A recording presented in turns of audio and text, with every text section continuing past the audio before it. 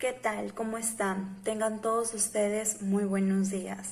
Mi nombre es Erika Leiva y el día de hoy vamos a tratar acerca de un tema muy importante, que es acerca del desalojo arrendador versus arrendatario en tiempos de COVID. Si bien es cierto, para que nosotros podamos tratar acerca de este tema, yo les quiero dar a conocer lo que es un contrato de arrendamiento. El contrato de arrendamiento está compuesto por dos partes, el arrendador y el arrendatario. Ambas partes van a tener un contrato, pero previo a esto van a tener un acuerdo recíproco en el que van a determinar por un tiempo la prestación de un bien o servicio, quedando obligada la parte que va a aprovechar la posesión a poder hacer el pago correspondiente acerca de la misma. Bien, si bien es cierto, nosotros tenemos nuestro decreto supremo que fue publicado el 15 de marzo, el decreto supremo 044-2020, el cual hace referencia al retorno a tu residencia habitual, quedando prohibido en el estado de emergencia las mudanzas o los desalojos. Bien, este contrato de arrendamiento, para la resolución de un contrato, se tiene primero que revisar qué cosa. Vamos a tener que tener muy en cuenta acerca de los tipos de mecanismos que se utilizaron para poder hacer el desarrollo de este. Por ejemplo, podemos decir que si en 3 meses el arrendatario no ha cumplido con hacer el pago, entonces se queda resuelto el contrato. Pero ¿qué pasaría si en este caso dentro del contrato no se manifiesta esto? Pues nosotros vamos a aplicar nuestra ley general de acuerdo a nuestro Código Civil que manifiesta que si el arrendatario en el tiempo de 2 meses y 15 días no ha realizado el pago correspondiente por la prestación de este bien o servicio, pues dejará sin efecto el contrato de arrendamiento. Bien, ahora, si bien es cierto, es importante que nosotros pues trabajemos en este caso, ¿no? Nuestro decreto supremo. Pero para ello vamos a primero manifestar todos estos inconvenientes, todo lo que se ha venido suscitando durante todo este tiempo, esta pandemia, que de cierta forma ha originado una decaída para muchas personas, en muchos aspectos, en el aspecto económico, en el aspecto de salud, en el aspecto motivacional, emocional. Realmente ha sido, digamos, de una manera que no hemos estado preparados, obviamente, y que a muchas personas nos ha afectado. Y bueno, pues vamos a ver ahora con respecto a nuestro tema. Ante el establecimiento del aislamiento social obligatorio como medida preventiva a los efectos que pueden llegar realmente a tener niveles escalofriantes, como lo que mencionaba, el COVID-19, pues se ha tenido que tener en cuenta un decreto supremo, el que hablábamos con anterioridad, el decreto supremo 044-2020, que fue publicado en la noche del 15 de marzo. Este decreto supremo habla de varios aspectos que vamos a tener en cuenta. Pero si bien es cierto, sabemos también que hay varios aspectos de la vida que como país nos hemos visto pues de una forma un tanto, digamos, intempestiva, ¿no es cierto?, a nivel económico. Es claro que el aislamiento tiene una repercusión relevante sobre la ejecución de los contratos. Esta repercusión, en definitiva, no se puede conducir a una sola figura jurídica, sino imaginen, tendríamos que aplicar en este caso intervención a varias de las mismas figuras, como la imposibilidad sobreviviente, la lesión y la imprevisión. Y los contratos afectados son pues variados de tipo. Entre ellos tenemos el del lugar improminente del que mencionábamos anteriormente, que cabe a duda pues que le corresponde al contrato de arrendamiento. En este caso también es importante que nosotros mencionemos que dado su rol protagónico en la atención al derecho de la vivienda y al derecho de libre comercio e industria. Si bien es cierto, nosotros nos hemos percatado que durante todo este estado de emergencia se ha quedado un poco, digamos, con este sinsabor de las personas que mucho solicitaban su derecho para poder trabajar, derecho al libre comercio, a la industria, pero es que realmente nos encontramos en una situación complicada. El Estado se encontraba en la situación de permitirle a la gente el derecho al libre comercio o afectar la vida de más ciudadanos y población. Porque realmente nosotros percatamos que a raíz de todo esto que ha ido originándose durante tan poco tiempo y el gran avance que ha tenido ha sido por mucha irresponsabilidad, por digamos también esa petición de muchas personas a solicitar aquello, lo otro. Entonces, si nosotros nos ponemos en la posición del Estado, nosotros nos vamos a encontrar frente a una situación en la que el Estado no solamente cuida a un ciudadano, cuida a toda nuestra nación. Entonces, si nosotros vamos a permitirte a nosotros aquello, pero lo que tú vas a hacer va a repercutir en este caso en la vida del otro. Entonces te pongo un límite. Pero ¿y qué pasa cuando en este caso la persona exige su derecho, digamos, de trabajar, ¿no? Porque pues no tienen de dónde. Entonces es aquí donde entramos en una situación de discordia. Una persona repercuta, la otra también. Y bueno, pues es un tema sinceramente de nunca acabar. Son dos partes completamente diferentes y complicadas para poder encontrar una solución justa y necesaria para cada una. Y aún así se ha creado este tipo de soluciones, decretos, donde también podamos pues tener ciertos parámetros como ciudadanos, cumplir ciertas cosas y tampoco violar lo que le corresponde al otro ni a nosotros mismos. Bien, si bien es cierto, en gran efecto, un gran sector de la población se encuentra aislado en viviendas arrendadas.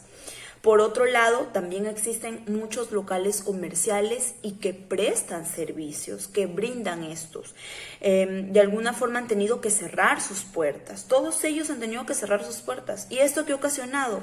Obviamente ha ocasionado que frene y que se sufra economía por el aislamiento que puede ocasionar las personas aisladas a que éstas tengan un menor ingreso económico. El menor ingreso económico y que los locales puedan permanecer abiertos, pero que tengan menores ingresos. De este modo, los arrendatarios podrían tener no pocos problemas para cumplir sus funciones, para cumplir sus obligaciones también, sino el pago de la renta. De hecho, en un grupo de casos podría suceder que los arrendatarios simplemente no puedan cumplir con una falta de recursos económicos derivada del aislamiento. Y quiero mencionar algo. Por ejemplo, yo vivo en el distrito de José Leonardo Ortiz, dentro de nuestra localidad, en nuestra ciudad de Chiclayo. En el distrito de José Leonardo Ortiz tenemos la Plaza Cívica, Urbanización Latina, que es una parte, digamos, céntrica dentro de este distrito. Y realmente he podido probarlo, porque he podido presenciar que los locales que con anterioridad trabajaban y funcionaban y las personas iban, consumían, hoy en día ya no trabajan de esa manera. Se les ha optado por darles lo que es el trabajo vía delivery, que también es un ingreso para que se pueda pues seguir laborando, pueda seguir teniendo pues los ingresos con normalidad, pero obviamente esto no llega ni siquiera a acaparar el 50% de lo que realmente se daba con anterioridad. Entonces, en este caso, ¿qué se puede hacer? ¿Qué se puede hacer con las personas que pagan que pagan un porcentaje mensual, que pagan, una renta, que el arrendatario en este caso paga, pues, ¿no?, por poder tener este local para brindar un servicio si los ingresos ya no son los mismos y quizá ya no se continúa? Entonces es por ello que ahorita nosotros nos hacemos la pregunta: ¿los arrendatarios pueden jurídicamente dejar de pagar la renta por esta situación? Y otra pregunta sería: ¿pueden los arrendadores, sin más, exigir el pago de la renta pese al clima socioeconómico con una complejidad sin precedentes que se ha venido originando? Entonces, la figura de la excesiva onerosidad de la prestación en adelante, que está regulado en nuestro Código Bien, como les mencionaba, nuestro Código Civil nos manifiesta que la figura de la excesiva onerosidad de la prestación en adelante está regulada en nuestro Código Civil en los artículos 1444 y 1446. Si nosotros nos dirigimos al artículo 1444 de nuestro Código Civil, nos va a manifestar lo siguiente: excesiva onerosidad de la prestación. Y dice: en los contratos conmutativos de ejecución continuada, periódica o diferida, si la prestación llega a ser excesivamente onerosa por acontecimientos extraordinarios e imprevisibles, la parte perjudicada puede solicitar al juez que se reduzca o que se aumente la contraprestación a fin de que cese la excesividad de onerosidad. Si ello no fuera posible por la naturaleza de la prestación, por las circunstancias, o si lo solicitara el demandado, el juez decidirá la resolución del contrato. La resolución no se extiende a las prestaciones ejecutadas. Nos damos cuenta, ¿no es cierto? Entonces, si bien es cierto, en el artículo 1446 también nos menciona acerca del término inicial del plazo de caducidad. Y este artículo nos dice que el término inicial del plazo de caducidad al que se refiere el artículo 45, cuando hablamos acerca de la caducidad de la acción, pues corre a partir del momento en que se hayan desaparecido los acontecimientos extraordinarios e imprevisibles. ¿Tenemos fecha de cuándo culminará esto? Pues no la tenemos. Pero aún así nos menciona que la figura de excesiva onerosidad de la prestación los encontramos aquí y que esta puede ayudarnos de cierta manera a responder, ¿no es cierto?, lo que con anterioridad habíamos preguntado a esas cuestiones. Si la capacidad de pago de los arrendatarios ha sido golpeada por esta lucha nacional contra el COVID-19, pues es bastante probable que no puedan responder como es debido frente a una obligación del pago de renta. Siendo así, se cobra bastante sentido. Nosotros tenemos que invocar en este caso. Y no obstante, desde ya debe decidirse que no siempre habrá de ser aplicable la figura, la de proteger a los contratantes frente a las situaciones extraordinarias e imprevisibles. No siempre vamos a tener en este caso que proteger a los contratantes frente a esto. No basta con sustentar que la sociedad vive una circunstancia fuera de lo común, lo cual ya sabemos, y que de alguna manera también ha sido insospechoso todo esto. Y hay algunas variables adicionales que se deben tener en cuenta, tal como las cuales vamos a ver en estas líneas a continuación. Bien, como segundo punto nosotros tenemos el aislamiento social obligatorio como evento extraordinario imprevisible capaz de incidir en los contratos de arrendamiento. El artículo 1440, cuando hablábamos acerca de la excesiva onerosidad de la prestación, nos mencionaba y nos decía algo muy importante. Señalaba que era aplicable a los contratos conmutativos de ejecución continua, periódica o diferida. Aquí debemos tener en cuenta que es un contrato conmutativo aquel en que las entidades de prestaciones pueden ser establecidas, en este caso, en el momento de la celebración del contrato, siempre y cuando haya pues una celebración previa una celebración en el momento del contrato, pues vamos a considerarla como contrato conmutativo. Aparte que son contratos de ejecución continuada cuando la obligación contractual da lugar a una prestación que, siendo una sola, se ejecuta ininterrumpidamente durante todo el plazo del contrato. Por ejemplo, en la custodia de un contrato de depósito. Ahí tenemos, ¿no es cierto? Crear el ejemplo. Son contratos de ejecución periódica cuando la obligación contractual da lugar a varias prestaciones instantáneas del mismo carácter que deben ejecutarse periódicamente, de un modo fraccionado con cierta distancia, durante la vigencia del contrato. Por ejemplo, en el pago de la renta de un contrato de arrendamiento. Ahora, nosotros nos hacemos esta pregunta. ¿El contrato de arrendamiento cumple con estas características? Claro que sí, obviamente que sí las cumple. Las prestaciones fundamentales de este contrato se hallan descritas en el artículo 1666 de nuestro Código Civil. ¿Y qué es lo que manifiesta en este caso este artículo? Pues este artículo nos dice lo siguiente. El arrendamiento, ¿no es cierto? Dice: por el arrendamiento, el arrendador se obliga a ceder temporalmente al arrendatario el uso de un bien por cierta renta convenida. Entonces, mientras que el arrendador tiene una prestación que podemos considerar de cierta forma, por así decirlo, como continuada, el arrendatario tiene una prestación que puede considerarse periódica. Claro está, el arrendamiento es un contrato conmutativo.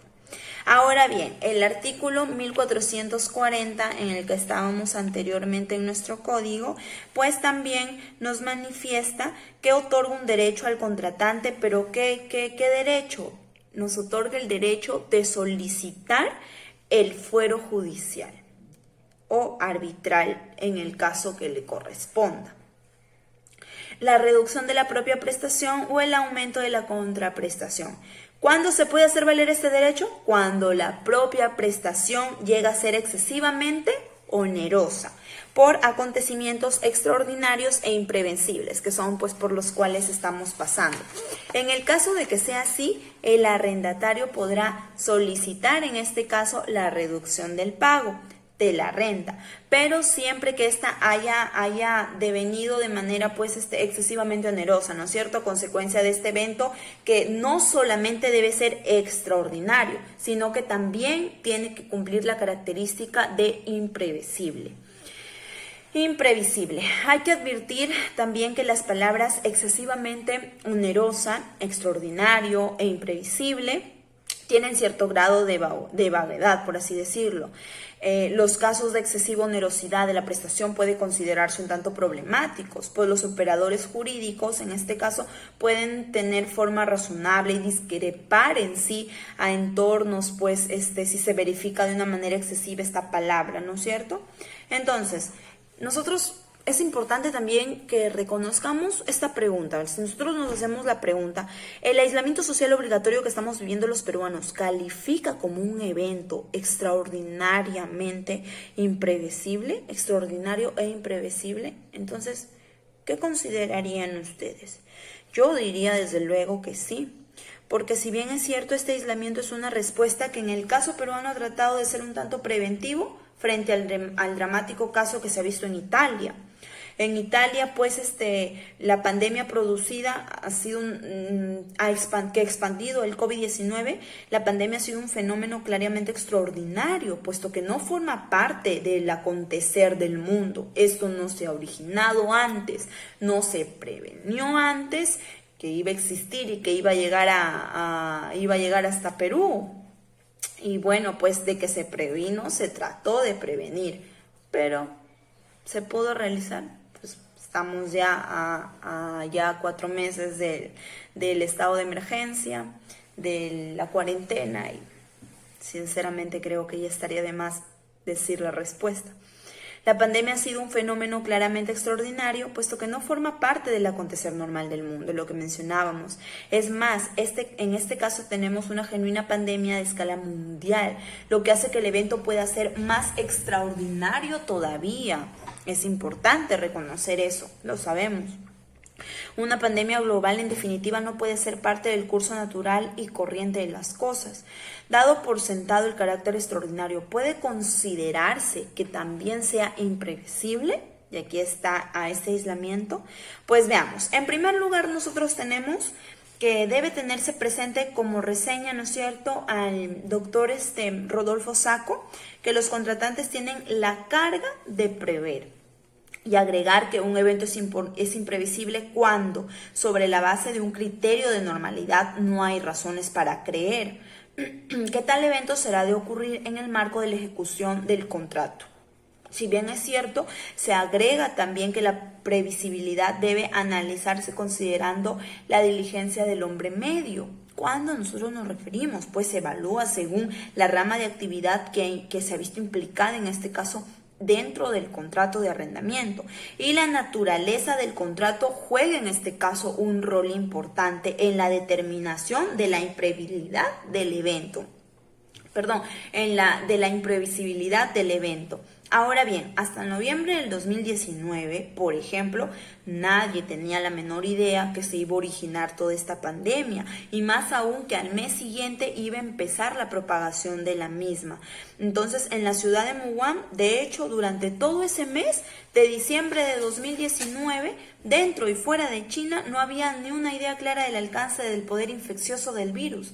En efecto, en este caso, el ya famoso mercado mayorista infeccioso del virus era el mercado mayorista de mariscos en Guam, fue cerrado recién a inicios de enero. Y por si quedan dudas de que era muy difícil tener noticias claras del virus en el 2019, basta recordar el triste caso de Lee William, ¿no? Este médico oftalmólogo que trató de alertar a la población del surgimiento de esta nueva cepa del coronavirus, pero fue silenciado por su gobierno en enero de este año. Y así fue pues que ni siquiera un ciudadano chino, incluidos los médicos promedio, podían saber del surgimiento de la cepa a inicios del 2020, porque realmente no se conocía, pues era hasta ese entonces un desconocimiento aún. Entonces, las autoridades chinas trataban el asunto en aquel entonces como simplemente un rumor que se estaba dando. Otro dato fundamental que también tenemos: los aislamientos sociales obligatorios que empezaron en China.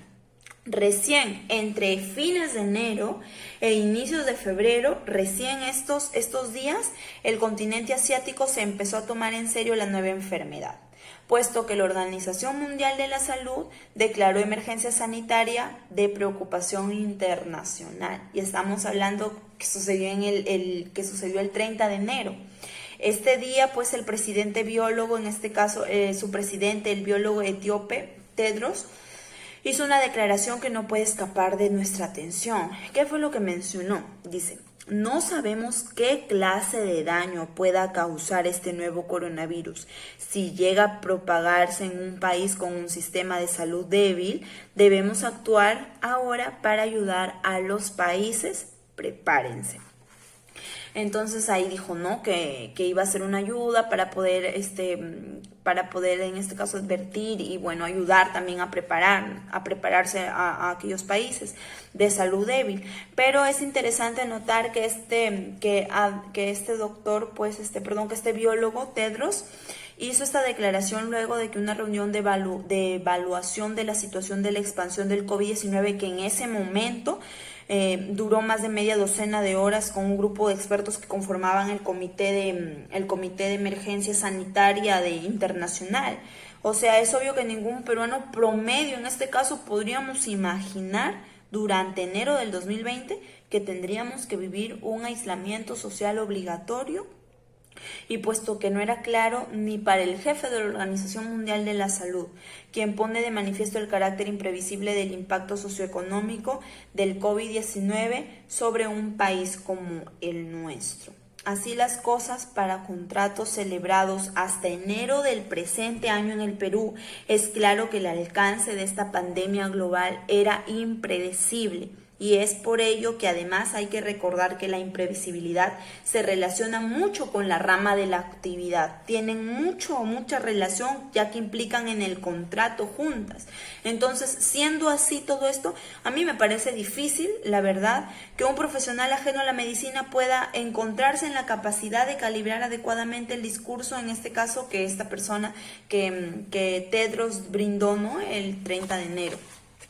Para que nosotros podamos analizar en este caso la previsibilidad del aislamiento social que vivimos actualmente, también es muy útil tomar como referencia el caso que se vivió en Italia, conocido entre nosotros. Las primeras muertes en Italia como consecuencia de la pandemia fueron informadas más o menos en la fecha del 22 de febrero empezaron a informar. La primera medida establecida por las autoridades nacionales fue el 21 de febrero, data a partir del 21 de febrero, cuando el ministro de la Salud, Roberto Esperanza, emitió una ordenanza en este caso. Él emitió una ordenanza manifestando, en este caso, él manifestaba que para todas aquellas personas que habían sido diagnosticadas con el virus y para todos aquellos que habían visitado zonas que ya estaban consideradas como zonas infectadas, zonas de riesgo, entonces él manifestaba que todos aquellos que hubieran tenido visitas a aquellas zonas tuvieran una medida bastante suave comparada con aislamiento social obligatorio en un alcance nacional absoluto. Mencionaba que las personas que en este caso habían tenido relación con aquellas personas que habían sido consideradas ya como infectadas o los lugares de zona, realizaran el aislamiento social obligatorio. Y fue lo primero que salieron a decir. Entonces, así las cosas, pues parecía obvio, ¿no? Que en el Perú la imprevisibilidad y el aislamiento nacional social obligatorio se podría mantener hasta ese entonces sin problemas durante todo el mes de febrero del 2020. No hubo ningún problema, no hubo ningún caso. Si no fue hasta después que el primer caso del COVID-19 fue anunciado en nuestro país el 6 de marzo. El 6 de marzo lanzan el primer caso de COVID dentro del país y bueno, pues la previsibilidad del aislamiento social obligatorio lanzó el 11 de marzo, ¿no es cierto? Ya ahí fue que fue declarado a partir de ese entonces como la cuarentena y aquí estamos aún esperando. Y bueno, pues podría considerarse previsible recién desde el mes de marzo.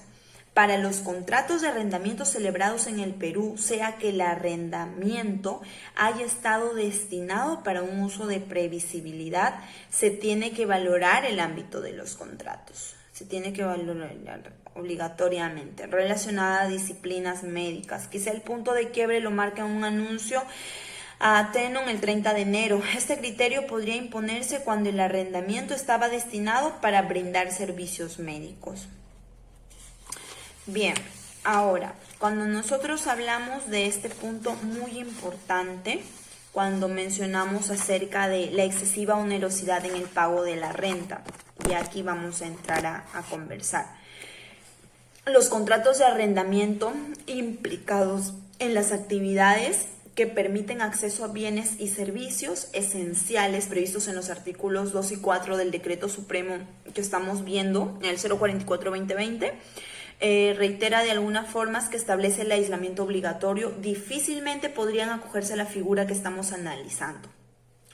El decreto, como se sabe, procura garantizar el pleno acceso a los dichos bienes y servicios, por ende el aislamiento obligatorio no afecta tan gravemente a los contratos de arrendamientos involucrados en la previsión de los bienes y servicios.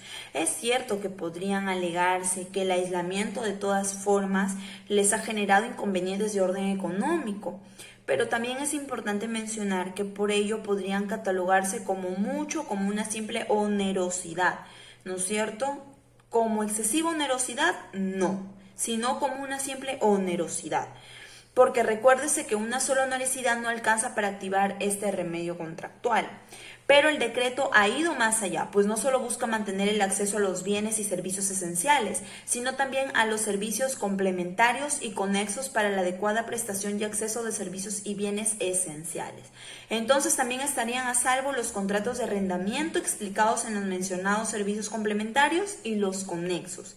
Pero el artículo 2 y 4 junto al 7.1, no solo indican que el radio de acción de salvamento de los contratos de arrendamiento destinados a promocionar bienes y servicios, indican un dato todavía más importante, el que los arrendatarios, en este caso, servicios complementarios y conexos, sino también de que en este caso pues indican este dato de que los arrendatarios que basan su capacidad de ingreso a tales actividades no podrían, en este caso, no solo brindarían una guía no solo en este caso la capacidad de ingreso que tengan tampoco podría involucrar, sino que brindarían una guía para evaluar a los arrendamientos destinados a las actividades comerciales o de las prestaciones de servicios, sino también a un referente obligado para evaluar los arrendamientos a una destinada vivienda. En este caso, si el inquilino basaba su capacidad de ingresos en actividades ajenas a esos artículos que mencionaba, es evidente que su capacidad de ingreso será menguada brutalmente y por ende la renta puede resultar excesivamente onerosa. Pero si el arrendador de alguna forma tiene noticias de que los ahorros o el patrimonio que pueda tener el arrendatario sea una persona natural o jurídica, ¿puede el arrendador en este supuesto sostener que no hay excesiva onerosidad alguna?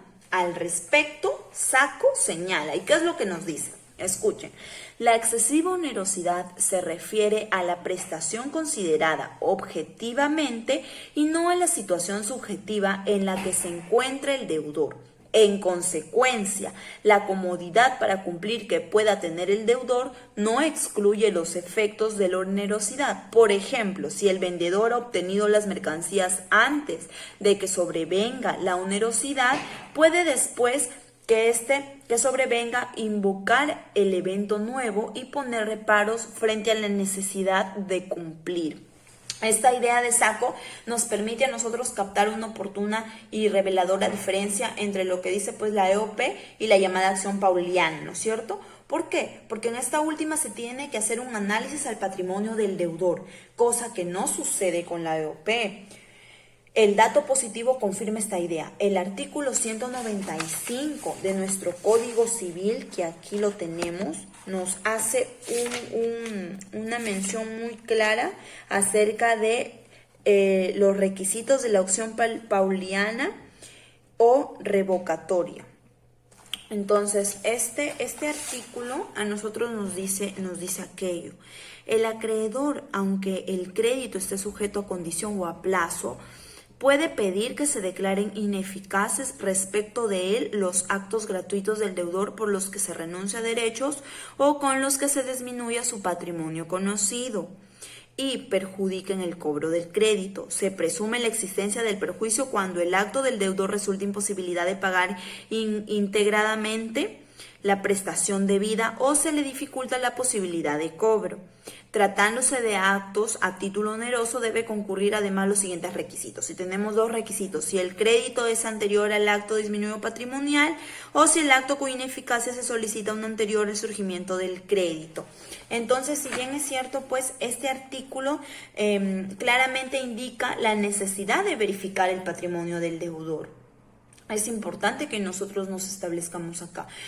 Reconocer en este caso el patrimonio que tenga el deudor para poder saber si realmente es una persona que en este caso va a poder cumplir con lo que ha sido acordado dentro del contrato. Entonces, en cambio que hay alguna parte del texto de los artículos que ya hemos leído con anterioridad, 1440 y 1446, que hay base para postular que el patrimonio del contratante sea un elemento a considerar para determinar si cabe aplicar el EOP o no. Y es que no resulta ocioso repetirlo, la onerosidad se evalúa según las circunstancias objetivas que existan en el mercado, no sobre situaciones particulares del deudor, ya que siendo así pretender traer pues la colación, ¿no es cierto?, de las situaciones financieras, en este caso del arrendatario, no solo conllevaría a realizar un análisis del caso concreto, en este caso pues que esté alejado de la ley. Es irrelevante que el arrendador sepa o pueda demostrar con cierto detalle la solvencia o la solidez del patrimonio de su arrendatario. Es por eso que es interesante la idea doctrinal nacional sobre el particular, cuando afirma que la EOP importa una alteración sustancial de la base económica del contrato. Y también pues tal base justamente se podría encontrar en las posibilidades de producción o de generación de rentabilidad de una de las partes. Si tales posibilidades se ven asoladas por el aislamiento social, ciertamente cabe invocar simplemente la EOP. Pues. Y bueno, pues ahora tenemos como dilema el coronavirus, el dilema del coronavirus que tanto está repercutiendo y todo lo que ha ocasionado en tan poco tiempo. Es muy importante tener en cuenta, conforme a la muestra del praxis del contrato de arrendamiento, que el arrendador durante las negociaciones contractuales indaga sobre la capacidad económico solvencia del potencial arrendatario, sea que se trate para vivienda o para un local comercial o de servicios. Y bueno, pues también es más el potencial de inquilino, ¿no es cierto?, que tiene que demostrar su capacidad de ingresos para que el arrendador acepte la celebración del contrato. Por eso se suele solicitar para viviendas las boletas de pago, actividades de comercios o servicios, las declaraciones tributarias. Siendo así, no se puede negar, no podemos negar nosotros que el arrendador sabe y acepta que el arrendatario tendrá dificultades para cumplir si es que sus capacidades de generar rentas se ven menguadas. Va a tener de alguna forma dificultades para cumplir si estas se ven afectadas. Puesto que el arrendador suele tomar conocimiento de tales capacidades, no cabe argumentar que los detalles sobre la capacidad del pago del inquilino no son relevantes, no van a ser relevantes. En este caso, pues también porque no constan en el documento que contiene el contrato de arrendamiento. Entonces aquí nosotros entramos ya a una cuestión de ¿qué? Una cuestión de interpretación. Sin ánimo de ahondar en el asunto, solo diré que en el amparo de los artículos 168, 169 y 170 de nuestro Código Civil, es absolutamente claro que la interpretación del contrato no se reduce a lo que las partes hayan limitado a poner en escrito en el documento respectivo. Ahora, como recomendación solo diré que lo mejor es actuar todo conforme a la ley. Si bien es cierto, toda esta pandemia nos ha afectado a todos por igual, a algunos en ámbitos de salud, en ámbitos económicos, en ámbitos jurídicos. Lo más importante es llegar a un acuerdo y conversar. De repente el arrendador es una persona flexible, podría dar plazos, y el arrendatario, pues, que sí o sí está obligado a realizar el pago del servicio.